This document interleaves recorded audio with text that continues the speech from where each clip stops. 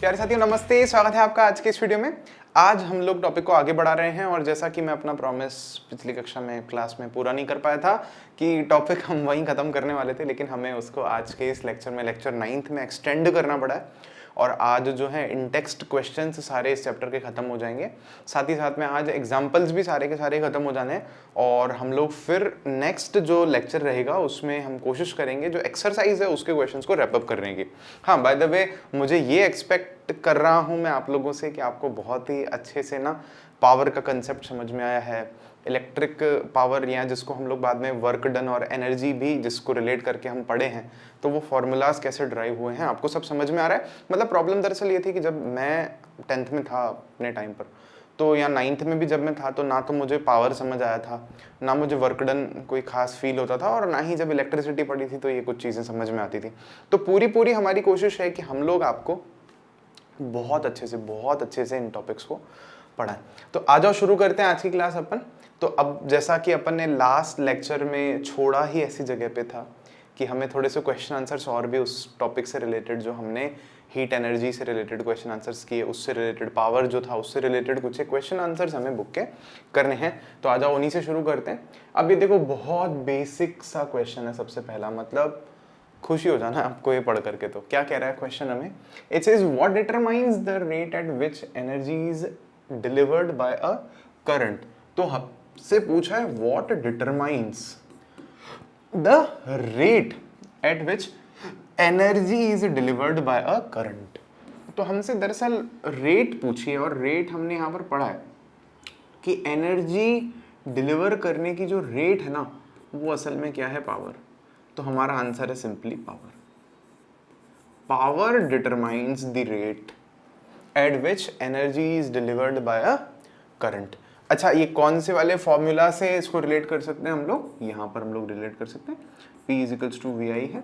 जब I हमारे पास में करंट रहती है और इसको फर्दर हम लोग P इजिकल्स to E divided by T से तो रिलेट कर ही चुके हैं, बस इतनी सी बात है। तो बस पावर वो फिजिकल क्वांटिटी है जिससे हम लोग रेट को, यहाँ पर एनर्जी डिलीवर करने की जो रेट है उसको डिटरमाइन करते हैं। क्लियर हो ये वाली बात? बहुत बेसिक सा टॉपिक है। आगे बढ़ते हैं। देखो नेक्स्ट अपन देखते हैं अपने पास कौन सा क्वेश्चन है। An electric motor takes 5 amperes from a 220 volt line. अब जो लिखा है वो अपन नोट कर लेते हैं, क्या क्या वैल्यूज हमें गिवन है।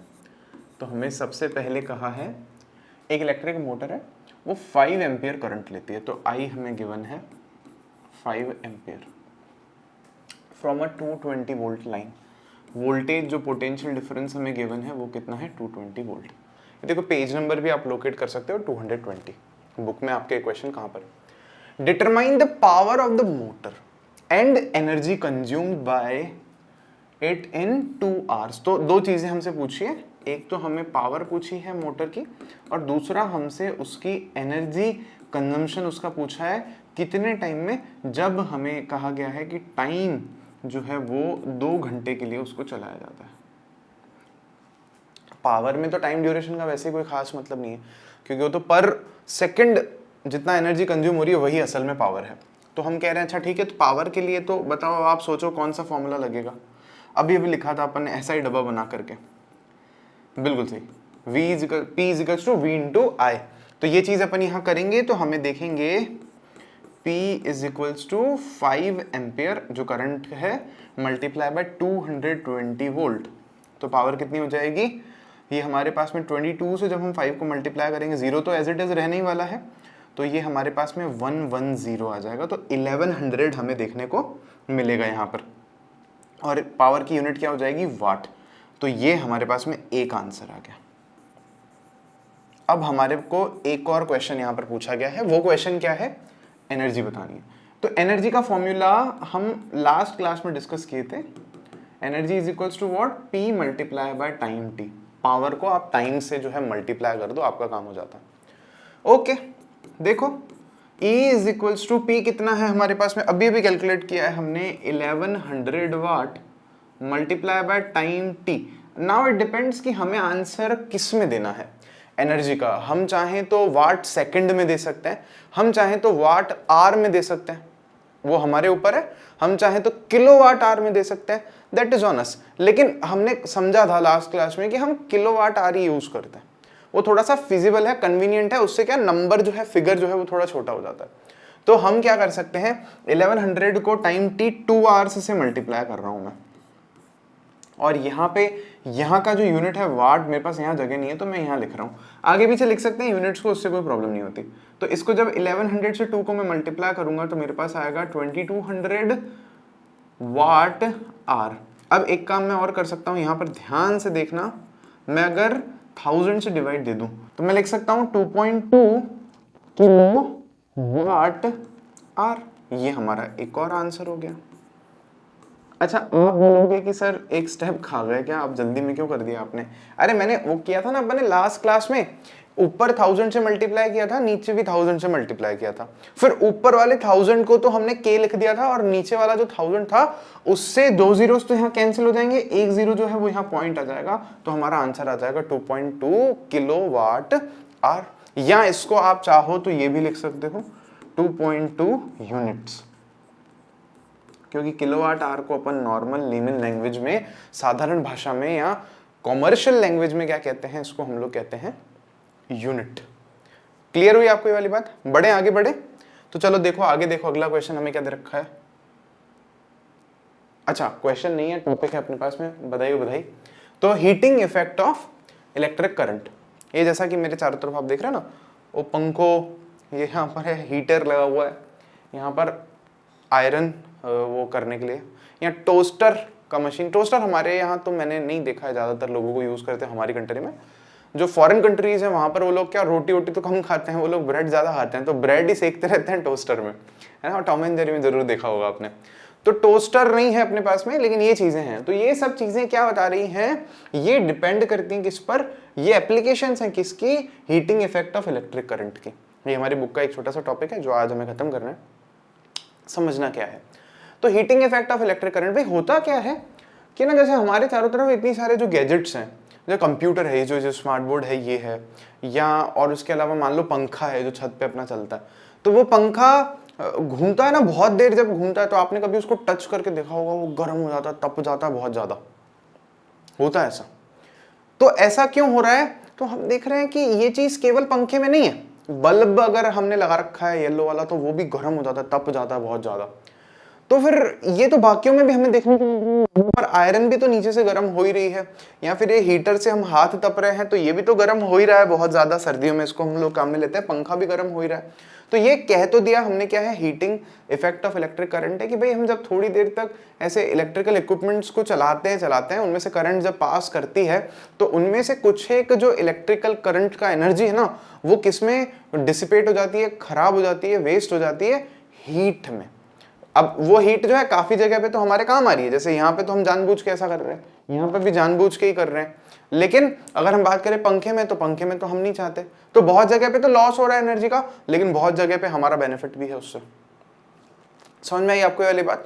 तो देखो क्या लिखा है अपन ने heating effect of electric current के लिए, when an electric current is passed through a conductor the conductor becomes hot after some time and produce heat. बहुत सिंपल है, किसी कंडक्टर से जब करंट जा रही है तो वो गर्म हो जाता है थोड़ी देर में। This happens due to the conversion of some electric energy passing through conductor into heat energy. इससे ये क्यों होता है, क्योंकि जो कुछ एक अमाउंट है इलेक्ट्रिक एनर्जी का वो किस में कन्वर्ट हो जाता है, हीट एनर्जी में कन्वर्ट हो जाता है, जैसा कि अपन ने समझा। This effect of electric current is called heating effect of current, और इसी इफेक्ट को हम लोग क्या कह रहे हैं, heating effect of current. Simple है, यहां तक कोई लोड नहीं। अच्छा, अब है ना, मैं एक इंटरेस्टिंग बात बताता हूँ आपको।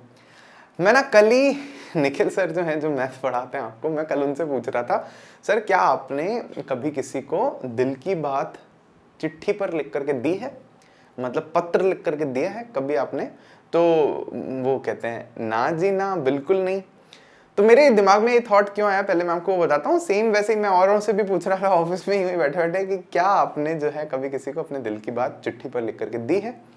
तो आंसर ना ही रहा मोस्टली, क्योंकि ना ही होना चाहिए अच्छी जो भी है, खैर छोड़ो।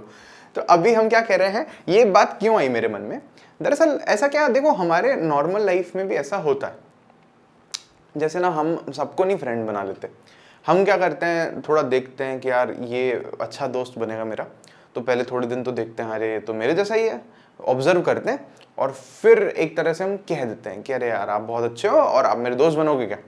तो मतलब एक तरह से हम अपने दिल की बात चिट्ठी पर लिख देते हैं। तो सेम साइंटिस्ट लोग करते हैं ऐसा। ये क्या करते हैं, अभी हमने ये ऑब्जर्व तो कर लिया, साइंटिस्ट लोगों ने, ये लोगों ने ऑब्जर्व तो कर लिया कि क्या हो रहा है, जब करंट पास कर रही है ना तो वो हीट में कन्वर्ट हो जाती है किसी कंडक्टर में से। ऑब्जर्व तो हो गया, ठीक है, लेकिन अब इसको चिट्ठी पर लिखना है। तो साइंटिस्ट क्या करते हैं, और ऑब्जर्वेशंस लेते हैं, गहरी गहरी एक्सपेरिमेंट्स करते हैं और फिर अपने दिल की बात जो उनको पता चलती है ना वो चिट्ठी पर लिख देते हैं। भाई अभी तक हमारे पास फॉर्मूला नहीं है इसके लिए, heating effect of electric current का कोई फॉर्मूला नहीं, बोले कितना गर्म हो रही है, किस पर क्यों ज्यादा गर्म हो रहा है कंडक्टर, ये नहीं पता। तो ये पता करने के लिए हमारे पास में एक साइंटिस्ट है, देखो यहाँ पर मेरे इधर है ये, इनका नाम ही है जूल। बड़े कमाल के इंसान हुए होंगे तभी इतना आज अपन इनको याद कर रहे हैं इतने दिनों बाद भी। तो इसी को हम लोग, इन्होंने जो लॉ दिया वो उसको क्या कहते हैं हम लोग, जूल्स लॉ ऑफ हीटिंग। तो ये लॉ एग्जाम में अपन से पूछा जा सकता है, एक दो लाइन का लॉ है, मैं बताता हूं आपको क्या है। तो पहली बात ये समझो कि जूल्स लॉ है क्या। तो क्या है joules law, is a mathematical description, ध्यान दो, जूल्स लॉ क्या है, is a mathematical description of the rate at which resistance in a circuit converts electric energy into heat energy।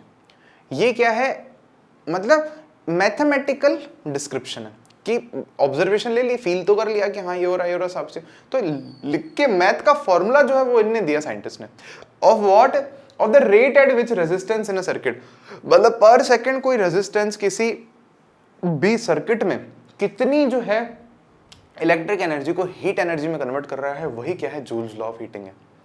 तो इसके लिए क्या लॉ क्या है, आपको लॉ यहां से ध्यान रखना है, अगर एग्जाम में पूछा जाता है तो आप बोलोगे the law implies that heat produced in a resistor is, जो हीट प्रोड्यूस हो रही है किसी भी रेजिस्टर में वो आप देखोगे पहला is directly proportional, is directly proportional to what, square of current for a given resistance. मतलब इस चीज को मैं लिख लेता हूं, एक काम करता हूं, देखो यहां पर पहली चीज क्या लिखी है, जो हीट है वो डायरेक्टली प्रोपोर्शनल है to the square of current for a given period of time, I square.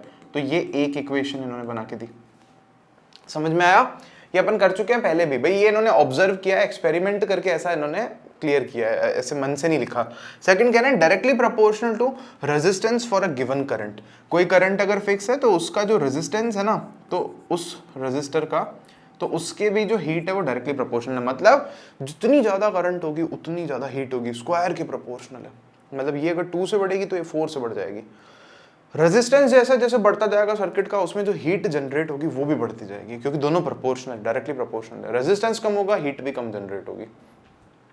तीसरा, directly proportional to the time for which the current flows through the resistor, और जितनी देर तक हम जो है चलाएंगे उस चीज को, तो उतनी ही देर तक वो ज्यादा, उतना ही ज्यादा वो गर्म होगा रेजिस्टर। ये तो हमने ऑब्जर्व भी किया अपने घर पे, अगर पंखा हम बहुत ज्यादा देर चलाते हैं तो बहुत ज्यादा गर्म हो जाता है, थोड़ी देर चलाते हैं तो इतना गर्म नहीं होता।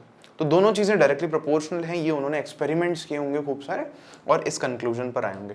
तो इस कंक्लूजन पर आने के बाद में उन्होंने इसको फॉर्मूलाइज किया, इसका फॉर्मूला लिखा। तो फॉर्मूला अपन लिख सकते हैं, मैं एक काम करता हूँ ना, इस क्वेश्चन के ऊपर लिख दूं क्या, या चलो मैं यहाँ लिख देता हूँ, यहाँ लिख देता हूँ। इन तीनों इक्वेशंस को जब हम कंबाइन करते हैं तो हमें क्या लिखने को मिलता है, आई स्क्वायर आर टी।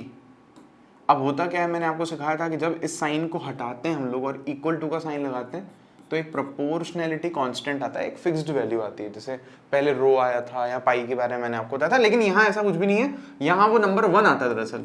तो 1 तो हम लिखते ही नहीं है वैसे भी, तो h is equals to I square R T, हमें एक फॉर्मूला देखने को मिलता है। अब आप खुश हो जाओगे, कहोगे सर ये तो हमने कल ही सीखा था, मतलब जो लास्ट लेक्चर था उसमें सीखा था ना हमने ये फॉर्मूला, तो प्रॉब्लम ही नहीं है। तो ये तो एक्सपेरिमेंट करके भी साबित कर दिए कि देखो यही फॉर्मूला आता है। सिंपल है, बहुत सिंपल है। अब बढ़ सकते हैं अपन आगे, थोड़ा सा क्वेश्चंस देख सकते हैं, सिंपल सिंपल क्वेश्चंस है। An electric iron consumes energy at a rate of 840 watt when heating is at maximum and 360 watt when the heating is at the minimum. अच्छा, इसका मतलब क्या है वो सुनो। एक इलेक्ट्रिक आयरन है अपने पास में, तो आजकल वाली आयरन आती है ना, मस्त आती है, मैं तो देखा हूँ मम्मी को घर पे यूज करते हुए, भाभी को, मम्मी को, मैं थोड़ा आलसी हूँ ना, मैं नहीं करता। तो उसमें बटन रहता है आजकल, तो वो बटन को आप ऐसा एडजस्ट कर सकते हो, उसका पावर को मिनिमम मैक्सिमम कर सकते हो। जल्दी गर्म करना है तो ज्यादा कर दो, मैक्सिमम कर दो, या बीच में रख लो, और कम करना है तो मिनिमम पे रख लो, ऐसा कर सकते हैं उसमें। तो ये कह रहा है इलेक्ट्रिक आयरन है, तो उसमें दो केसेस हैं हमारे पास में यहाँ पर। अच्छा देखना, पहला केस है कि वो जब मैक्सिमम पर उसको चलाते हैं अपन, तो मैक्सिमम पर जब उसको पावर पर यूज कर रहे हैं हम लोग, तो पावर हमें P, मैं M लिख देता हूं पावर मैक्सिमम के लिए, कितनी दे रखी है 840 वाट, ठीक है, ये दे रखी है। और दूसरे केस में हमें कहा है जब मिनिमम पर उसको चला रहे हैं तो उसकी जो पावर है मिनिमम पावर वो कितनी दे रखी है हमें, MIN लिख देता हूं मैं, कितनी दे रखी है हमें 360 वाट।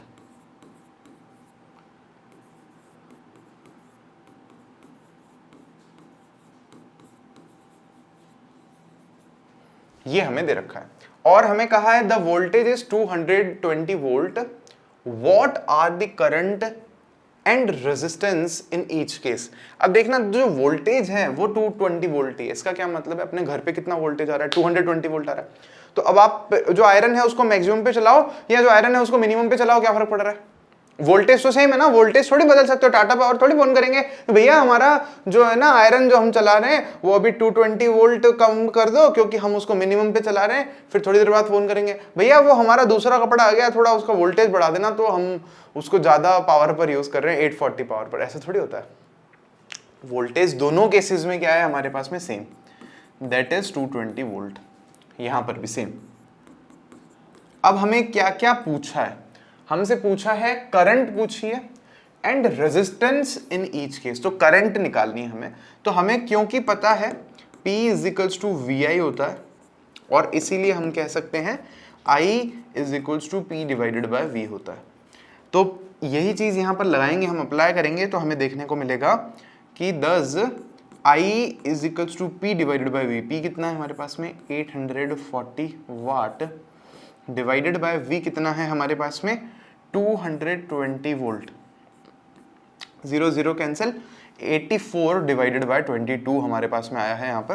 तो ये बचेगा 11 अगर 2 से डिवाइड देते हैं तो, और ये बचेगा हमारे पास में 42, तो 42 डिवाइडेड बाय 11, तो 11 का डिवाइड 42 में जब देंगे तो 3 टाइम्स 33 होगा, 7 और 2 9 हो जाएगा, पॉइंट लगेगा 0 लगेगा, 3 8 टाइम्स 88 होगा, फिर 2 बचेगा 0 लगेगा तो 1 टाइम्स 3.81 में लिख रहा हूँ एम्पेयर्स में हमारे पास में एक आंसर ये आएगा।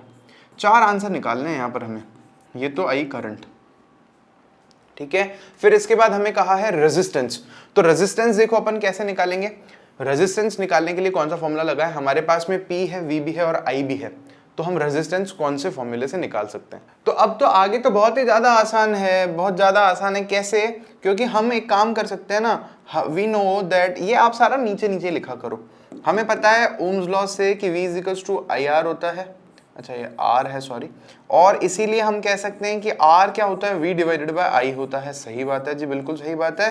तो ओम्स लॉ अप्लाई करके हम यहाँ आंसर निकाल सकते हैं। यहाँ पर हम यहाँ लिखेंगे R is equals to V divided by V है हमारे पास में 220 वोल्ट डिवाइडेड बाय 3.81 एम्पियर, और जब हम इसको सॉल्व करेंगे तो हमें क्या देखने को मिलता है, मैं कैलकुलेटर यूज करने में बहुत एक्सपर्ट आदमी हूँ तो आपको तो करनी है कैलकुलेशन, तो ये मतलब लगभग है ना 57.60 ओम हमारे पास में एक और आंसर आ जाएगा।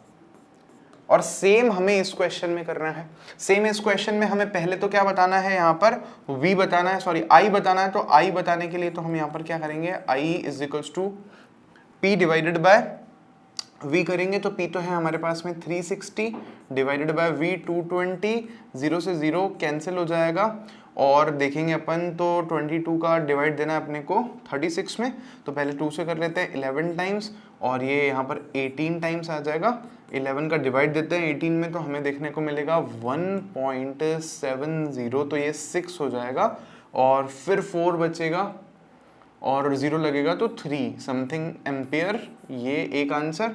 और दूसरा आंसर यहाँ पर हम लोग निकालेंगे रेजिस्टेंस के लिए, तो R is equals to V divided by I, that is 220 divided by 1.63। तो मैं अब कैलकुलेटर से चेक कर लेता हूँ और आपको जल्दी से आंसर बता देता हूँ। 134.15 ओम्स। ये आ गया हमारे पास में एक और आंसर। तो देखो बहुत सिंपल क्वेश्चंस हैं, अगर हमें फॉर्मूला आते हैं तो। कैलकुलेशन आप बोलोगे सर दिमाग का खराब कर देती है हमारा, तो उसके लिए तो फिर आप मैथ वाले लोगों से शिकायत करो, मेरे से नहीं कर सकते, ठीक है, क्योंकि अपना साइंस तो फॉर्मूला लगते ही खत्म हो जाती है। तो बड़े आगे बढ़े हैं, आप स्क्रीनशॉट ले सकते हो, वीडियो को पॉज कर सकते हो, आराम से लिख सकते हो। आगे बढ़ते हैं अपन। अब क्वेश्चन है हमारे पास में 100 joule of heat is produced each second in a 4 ohm resistance. अच्छा देखो क्या क्या हमें यहाँ पर इंफॉर्मेशन डिटेल गिवन है। 100 जूल ऑफ हीट हमें गिवन है, 100 joule is produced each second. Time भी गिवन है, देखो छुपा हुआ दिया है इसने टाइम, हमें टाइम 1 सेकंड है यहाँ पर, इन अ 4 ओम रेजिस्टेंस, और हमें रेजिस्टेंस कितना दे रखा है, 4 ohms. Find the potential difference across the resistors. हमें क्या बताना है, पोटेंशियल डिफरेंस बताना है। बहुत सिंपल क्वेश्चन है, थोड़ा सा दिमाग लगाना पड़ेगा कि यार यहाँ फॉर्मूला कौन सा लगेगा, ये बात पता चलती तो मजा ही आ जाएगा, खेल ही खत्म हो जाएगा इस क्वेश्चन का। तो बस फॉर्मूला पता चल जाएगा कौन सा लगाना, इतने सारे अपन ने फॉर्मूलाज बनाने सीखे। तो पहले तो मैं एक चीज आपको बता दूं, जब H भी दे रखा है आपको और T भी दे रखा है, तो एक चीज आप कैलकुलेट कर सकते हो। क्या? P क्या होता है, H डिवाइडेड बाई T होता है, मैंने आपको बोला था। W डिवाइडेड बाई T लिखो, H डिवाइडेड बाई T लिखो, या आप E डिवाइडेड बाई T लिख लो, यहाँ पे अपन मान सकते हैं। तो इसलिए हम क्या लिख सकते हैं, P is equals to what, H की वैल्यू है हमारे पास में 100 जूल्स डिवाइडेड बाय T है हमारे पास में 1 सेकेंड, तो कोई फर्क पड़ेगा नहीं, और आंसर हमारे पास आ जाएगा 100 वाट। पावर हमें 100 वाट दे रखी है, ये भी क्वेश्चन में हमें अब गिवन है। तो देखो अब मैं आपको बहुत एक सिंपल फॉर्मूला बता देता हूं। ये फॉर्मूला पढ़ा था अपन ने, P is equals to V square divided by R, पढ़ा था, बिल्कुल पढ़ा था। तो यहां से अगर आप नोटिस करोगे, हमें क्या चाहिए, v की वैल्यू चाहिए, तो v स्क्वायर को हम लिख सकते हैं p मल्टीप्लाई बाय r, और हम अगर ध्यान से देखें तो v को हम लिख सकते हैं under root of p multiply by r। तो आप यहां पर देखो पावर है हमें गिवन है, और रेजिस्टेंस भी हमें गिवन है, v हमारे पास में आ जाएगा, तो बस इसमें वैल्यू रख दो।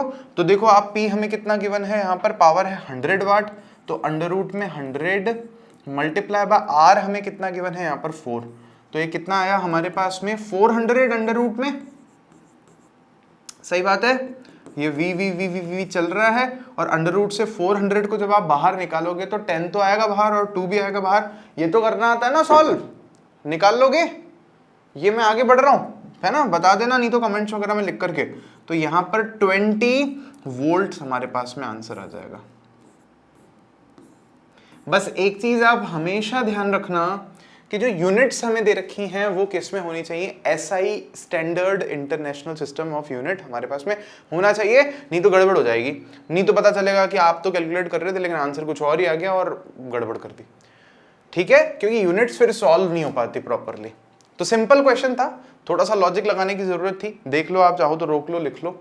बढ़ते हैं अपन आगे, नेक्स्ट आगे देखते हैं क्या है हमारे पास में। एक सिंपल क्वेश्चन है, why does the cord of an electric heater not glow while the heating element does?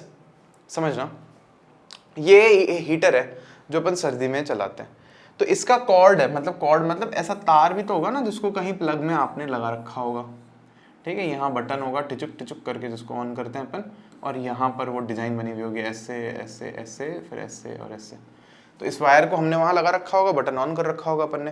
तो ये जो कॉर्ड है, ये जो तार है, ये तो चमकती नहीं है, लेकिन जो फिलामेंट है, जो हीटिंग एलिमेंट है अंदर, वो तो ग्लो करने लग जाता है, गर्म हो जाता है। ऐसा क्यों? जबकि करंट तो दोनों में से सेम फ्लो हो रही है। भाई जो करंट आई इस वायर में से जा रही होगी, वही करंट आई इसमें चल रही है, तो ये तो एकदम तप के लाल होकर कैसे चमक रहा है, ये नहीं चमक रहा, ऐसा क्यों? तो देखो एक बात तो क्लियर है, क्योंकि तार अलग चीज की बनी हुई है और जो हीटिंग एलिमेंट है वो अलग चीज का बना हुआ है। जो तार है हमारा वो मोस्टली कॉपर का बना हुआ होता है, या हो सकता है वो एल्यूमिनियम का बना हुआ हो, दोनों में से होता है इन जनरल हमारे घरों में।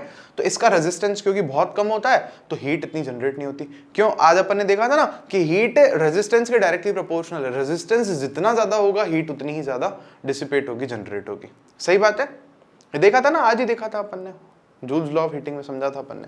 तो यहां पर रेजिस्टेंस कम है इसका तो, लेकिन जो अंदर वाला फिलामेंट है या जो एलिमेंट है, जो हीटिंग एलिमेंट है, वो या तो फिर एलॉय का बना हुआ होता है या फिर किसी एक ऐसी चीज का होता है जिसका रेजिस्टेंस बहुत ज्यादा होता है ना। तो रेजिस्टेंस जब बहुत ज्यादा होता है तो उसमें हीट बहुत ज्यादा जनरेट होती है और वो गर्म होकर के एकदम तपने लग जाता है। इसका आंसर ये रहा, आप लिख लेना। ठीक है, बढ़ सकते हैं आगे। मैं नहीं पढ़ रहा हूं ये आंसर, आप सिंपल आंसर है, मैंने आप लोगों के लिए लिख भी दिया है ताकि आपके मन में ये भी डाउट ना रहेगी सर एग्जाम में लिखेंगे क्या, वो तो बता दो। तो एग्जाम में अगर लिखने को मिलता है तो ये आंसर आप इसका लिखोगे और मैं एक्सप्लेन कर चुका हूं आपको, वीडियो पॉज करके लिख सकते हो। बढ़ते हैं अपन आगे। सेकंड क्वेश्चन, ये दरअसल है ना, मैं एक चीज बता दूं, ये जो 1 2 3 क्वेश्चन अपन कर रहे हैं ना, ये शायद पेज नंबर 216 के क्वेश्चन है, क्योंकि पहले रह गए थे। पहले रह इसलिए गए थे क्योंकि मैंने रोक लिए थे, ताकि मैं आपको ये चीज टॉपिक करा के फिर कराऊं इनको। Compute the heat generated while transferring 96,000 coulomb of charge in 1 hour. अच्छा, जो जो दे रखा है लिख लेते हैं, ऐसे तो भूल ही जाएंगे, कोई पढ़ने का मतलब ही नहीं है। कंप्यूट द हीट जनरेटेड, हमसे क्या पूछा है, हीट कंप्यूट करके बताओ, कैलकुलेट करके बताओ, while transferring 96,000 coulomb of charge. हमें क्या गिवन है, चार्ज गिवन है, कितना, 96,000 ऑफ कूलम। अच्छा ठीक है, इन 1 आवर, टाइम कितना गिवन है, 1 आवर, और हमें क्या बोला है, through a potential difference of 50 volt. तो हमें पोटेंशियल डिफरेंस कितना गिवन है, 50 वोल्ट गिवन है। ये चीजें हमें गिवन है, एच हमसे पूछा है। अब दिमाग ये लगाना है कि अच्छा सर कौन सा फॉर्मूला यहां पर हम लगाएंगे, देख के नहीं डरना है कुछ भी। आप एक बार थोड़ा दिमाग पे जोर डालो। हमने चार्ज से रिलेटेड 2 ही फॉर्मूलाज पढ़े। देखो, पहला फॉर्मूला अपन ने पढ़ा था I is equals to Q divided by T. ये यहां काम नहीं आ रहा, क्योंकि ना तो यहां पर I की बात हो रही है, तो ये अपने काम का नहीं लग रहा। एक और फॉर्मूला हमने पढ़ा था इस चैप्टर में, वो क्या था, V is equals to W divided by Q। तो देखो यहां पर वोल्टेज की भी बात हो रही है, W हो या हीट हो, एनर्जी हो, एक ही बात है, उसकी भी बात हो रही है और Q की भी बात हो रही है। तो बढ़िया है। तो हम क्या कर सकते हैं, यहां पर इस फॉर्मूला से अगर अपन देखें तो हम लिख सकते हैं कि H is equals to V multiply by Q, इस फॉर्मूला से। क्यों, क्योंकि W is equals to H यहां पर अपन मान सकते हैं। तो हम क्या करेंगे, सिंपल में Q का जो वैल्यू है उसको 50 से मल्टीप्लाई कर देंगे, मतलब H हमारे पास में आ जाएगा 96,000 मल्टीप्लाई बाय 50, और ये कितना आएगा हमारे पास में, 5 को 96 से मल्टीप्लाई करना है हमें, तो 5 6 30 का 0, 3 के ऊपर 5 9 45 और 3 48 होता है, और 3 0 एज इट इज आ जाएंगे। ठीक है, 3 नहीं बल्कि 4 जीरोस आ जाएंगे यहाँ पर, क्योंकि 4 जीरोस तो ये हैं, और 5 को जब 96 से अपन ने मल्टीप्लाई किया तो 1 जीरो फिर वहां से भी आ गया हमारे पास में। तो ये हमारे पास में नंबर कितना आ गया, इसको हम किस में लिखेंगे, जूल्स में लिखेंगे। ऑब्वियस सी बात है, हीट का यूनिट हमारे पास में क्या है, जूल है। अब हम चाहें तो इसको सॉल्व करके दूसरी यूनिट में भी लिख सकते हैं। देखो तो कैसे लिखेंगे इसको, हम लोग ऐसे लिख सकते हैं, 4.8 multiply by 10 to the power 2 3 4 5 6 joules answer. ऐसा इसको अपन कर सकते हैं। ठीक है, समझ आया क्या। एक यहां पर आपके मन में एक चीज हो सकती है कि सर यहां पर हमने टाइम को तो यूज में ही नहीं लिया, फिर हमें दिया ही क्यों है। तो देखो, जरूरी नहीं है हर बार की जो सारी क्वांटिटीज आपको क्वेश्चन में दे रखी है वो सारी ही काम में है। हो सकता है एक आध काम में नहीं है, जैसा कि यहां पर हुआ, और हमारा आंसर निकल जाए। तो उसके लिए आप इतना परेशान मत हो ना, दिमाग बस ये लगाना कि क्या हम उन फॉर्मूलाज को यूज करके हमारा आंसर निकाल पा रहे हैं क्या, जो हमसे पूछा गया है। तो बढ़ रहे हैं आगे। देखो अब हमारे पास में थर्ड क्वेश्चन है यहाँ पर, an electric iron of resistance 20 ohm takes a current of 5 ampere. क्या क्या दे रखा है, देखो लिख लेते हैं।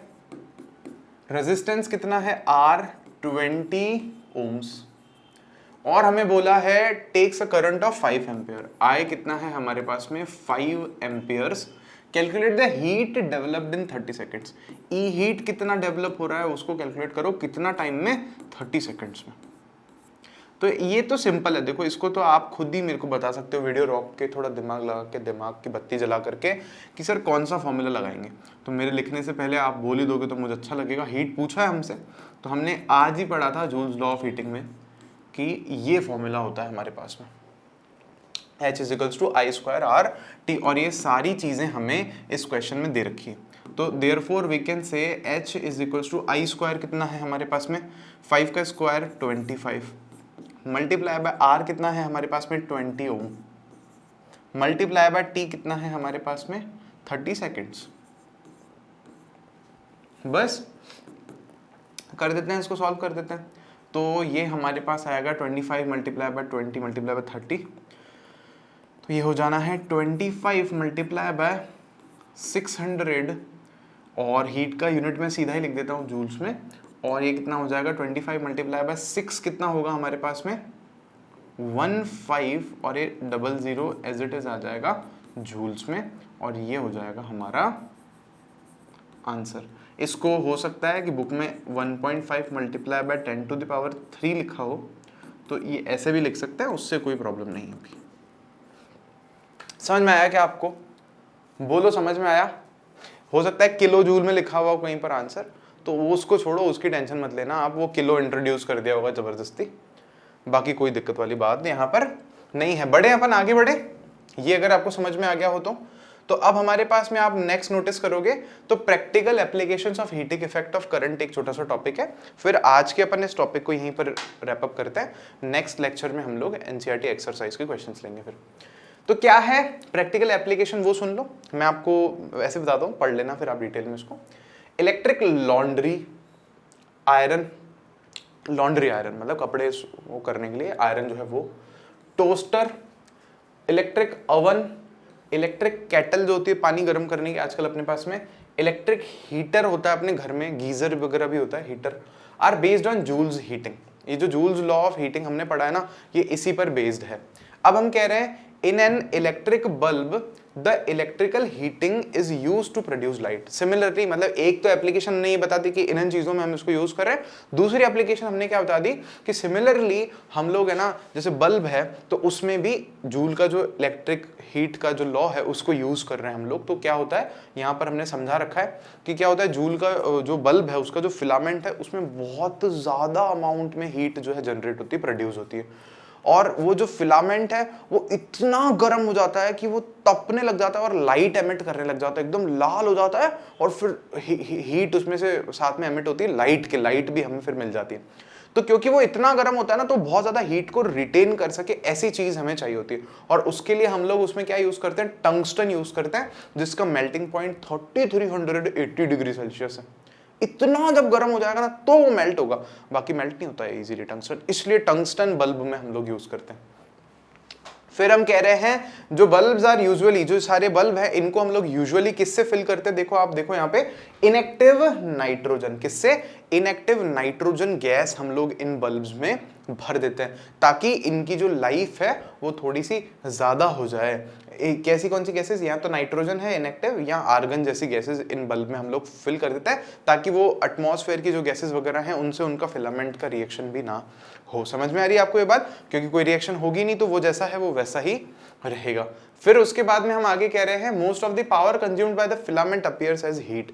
जो बल्ब का ये वाला फिलामेंट है इसमें जो मोस्ट अमाउंट ऑफ जो पावर है, जो इलेक्ट्रिसिटी का जो एनर्जी है वो हीट की फॉर्म में खराब हो जाता है, थोड़ा सा इसका जो फॉर्म है वो केवल लाइट की फॉर्म में हमें दिखाई पड़ता है। तो ये कुछ एक एप्लीकेशंस थे। एक एप्लीकेशन हमें और दे रखा है बहुत ही अच्छा वाला, ये किसका एप्लीकेशन है, देखो यहाँ पे ये है फ्यूज, इलेक्ट्रिक फ्यूज, इसको बोलेंगे इलेक्ट्रिकल फ्यूज। क्या चीज है ये, आपने देखा है अपने घरों में, पुराने जमाने में भी, थोड़ा टाइम पहले तक भी, अब आज भी पुराने घरों में आपको यही मिलेगा। तो ऐसा इसमें ना यहाँ पे एक तार बांधते हैं इस जगह पे, देखो यहाँ से ऐसे इसके अंदर से ऐसे टेढ़ा करके इसमें से लाते हैं और इस तरफ बांधा हुआ रहता है, ऐसा यहाँ इसमें बांधते हैं, और फिर ये इसको ऐसे कटआउट को यूं लगाते हैं इसमें, ये इसका सॉकेट होता है। ये हमारे वहाँ लाइट चली जाती थी अक्सर, जो हमारा पहले एक घर था बहुत समय पहले, तो वहाँ पे जॉइंट थे 3-4 घर, तो नीचे जाके कहते थे कटआउट कटआउट चला गया, फ्यूज़ उड़ गया कहते थे, फिर वो निकाल के उसमें तार बांधते थे एक, और फिर उसको लगाते थे। हमारे घर में आज भी अभी भी हो रखा था, थोड़ा टाइम पहले उसको सही करवाया। तो ये फ्यूज़ का कंसेप्ट क्या है, और आज नहीं तो आपने अपने घरों में ये देखे होंगे, इनको बोलते हैं MCB, या इनको बोलते हैं full form mini circuit breakers. क्या बोलते हैं इनको, मिनी सर्किट ब्रेकर्स। आजकल ये चलते हैं, पहले ये चलते थे। ये पोर्सलिन का मटेरियल होता है, बाहर जो होता है ना उसमें जैसे जैसे जैसे वो चाय पीने का वो बना रहता है प्याली वगैरह, तो उससे क्या करंट नहीं आता ना बाहर की तरफ से, ऐसा कोई मटेरियल रहता है। और ऐसे फ्यूज भी आते हैं। आपने देखा है वो मल्टीपर्पज बोर्ड आते हैं, मल्टी सॉकेट, मतलब एक ही पिन से अपन लगाते हैं तार, फिर वो काफी सारा वो एक्सटेंशन जिसको बोलते हैं, फिर उसमें पिन लगाते हैं। तो आजकल उनमें ऐसे लगे हुए आते हैं। वो प्रेस वरेस में भी शायद ऐसा लगा हुआ आता है। तो इसके अंदर एक तार है पतला सा, अगर आपको दिख रहा हो तो, वो उसी को हम फ्यूज वायर बोलते हैं। और सेम फ्यूज वायर यहाँ पर भी है, और ऐसा ही कुछ जो है इस मशीन के अंदर भी होता है। कंसेप्ट क्या है वो सुन लो भाई। होता क्या है कि है ना, जैसे हमारे घर पे है ना 3 एम्पियर की करंट आती है, ऐसा मान लो आप। वोल्टेज तो फिक्स है ना, आप उसको चेंज कर सकते हो ना मैं चेंज कर सकता हूँ। अचानक से कभी मान लो वोल्टेज हाई हो जाए, वहीं से बाहर से होता है ना, कभी कभी पहले होता था, आजकल बहुत कम होता है, पहले होता था कि अरे वोल्टेज ज़्यादा आ गया, टीवी उड़ गया, पंखा उड़ गया, ऐसा बोलते थे। तो वोल्टेज अगर ज़्यादा हो जाएगी, ये देखो आप, अगर मान लो V = IR है फॉर्मूला, R तो जो आपकी चीज़ों का है वो तो फिक्स है, अपने घर का जो रेफ्रिजरेटर में एक बार ले आया उसका जो रेजिस्टेंस है वो तो फिक्स है। अब अगर मान लो अचानक से V ज़्यादा हो गया, तो इसको बैलेंस करने के लिए इक्वेशन को I भी ज़्यादा हो जाएगा। अब I ज़्यादा हो गया, आपका टीवी रेफ्रिजरेटर बोला भैया इतना तो मेरे को करंट चाहिए नहीं, मैं तो 3 एम्पियर ज़्यादा ले ही नहीं सकता, तो क्या होगा, वो खराब हो जाएगा। तो हम क्या करते हैं, ऐसा तार की व्यवस्था करते हैं बाहर अपने घर में। इस तार से हम क्या करते हैं, तार ऐसा लेते हैं हम लोग, अगर मान लो इससे 3 एम्पियर से ज़्यादा का करंट आएगा सपोज, तो क्या होगा कि ना जूल्स लॉ ऑफ हीटिंग को यूज करके इसको हमने इस तरह से बनाया होता है, I2RT फॉर्मूला को यूज करके, कि जैसे ही करंट 3 एम्पियर से ज्यादा होगा तो हीट इतनी ज्यादा हो जाएगी कि वो जो भी हमने वायर लगाया है वो मेल्ट हो जाएगा और टूट जाएगा और करंट आगे जाएगी ही नहीं। मतलब जैसे ही बाहर से कभी अगर गलती से वोल्टेज बढ़ भी जाता है तो हमारा वो जो फ्यूज वायर है वो टूट जाएगा, अंदर की हमारी घर की चीजें खराब नहीं होंगी। समझ में आई? तो ऐसे अलग अलग हमारे घर के रेटेड होते हैं। फ्यूज वायर 3 एम्पियर का लगाते हैं, 4 का लगाते हैं, 5 का लगाते हैं, 6 का भी होता है, 7 का भी होता है। समझ में आया आपको? तो ये है फ्यूज वायर का कंसेप्ट। अब आप इसको देखोगे, यहाँ पर पढ़ोगे तो क्लियर होगा। Another common application of Joule's heating is fuse used in electric circuit. It protects circuit को क्या करता है, प्रोटेक्ट करता है, and appliances by stopping the flow of any unduly high current. Unduly अगर हाई करंट आ जाती है ना एकदम से, तो उसको ये प्रोटेक्ट करता है, सर्किट को उससे। The fuse is placed in series with the device. जो डिवाइस है उसके साथ सीरीज में इसको हम लोग लगा देते हैं। It consist of a piece of wire. इसमें क्या होता है, एक पीस ऑफ वायर होता है, and made of a metal और an alloy of appropriate melting point. किससे बना हुआ होता है, या तो अंदर एक मेटल का वायर होगा, या हो सकता है अलॉय का वायर होगा, या फिर हम कह रहे हैं जो भी चीज होगी वो अप्रोप्रिएट मेल्टिंग पॉइंट वाली होगी। जैसे फॉर एग्जांपल एल्यूमिनियम हो सकता है, कॉपर हो सकता है, आयरन हो सकता है, लेड हो सकता है, कोई दिक्कत वाली बात नहीं है इसमें। फिर कह रहे हैं if a current larger than the specified value flows through the circuit. अगर स्पेसिफाइड वैल्यू से ज्यादा की करंट अगर आने की कोशिश करेगी तो टेम्परेचर जो है फ्यूज का वो बढ़ जाएगा, और इससे वो फ्यूज जो है ना मेल्ट हो जाएगा और टूट जाएगा, सर्किट जो है बंद हो जाएगा, उसमें आगे करंट नहीं फ्लो कर पाएगी। The fuse wire is usually encased in a cartridge of porcelain. ये मैंने आपको बताया ना, वो जो ऐसे इतना बड़ा बना रखा था डायग्राम में बाहर, वो पोर्सलिन का मटेरियल है, वो चाय वाले पीने वाला। Similar material with metal and, और कुल मिला के मतलब ऐसा कुछ मटेरियल है, छोड़ो इसको भी। The fuses are used for domestic purpose, are rated as 1 ampere, 2 ampere, 3 ampere, 5 ampere, 10 ampere. ये चीजें उसमें लगी हुई रहती है। For an electric iron which consumes 1 kilowatt. अच्छा, ये एक एग्जांपल दे रखा है, यहां ध्यान दो। मान लो हमारे पास में एक इलेक्ट्रिक आयरन है, वो 1 किलोवाट इलेक्ट्रिक पावर कंज्यूम करती है when operated at 220 volt. Voltage हमें दे रखा है 220 वोल्ट, और कितना वो ऑपरेट कर रही है उस पर, तो हम कह रहे हैं पावर है उसकी 1 किलोवाट, मतलब 1000 वाट, ये पावर उसकी हमें गिवन है।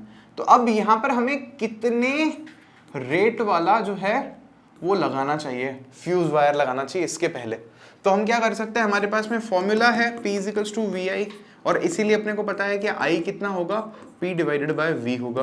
तो इसलिए I हमारे पास में कितना है, P है हमारा 1000 डिवाइडेड बाय V कितना है 220।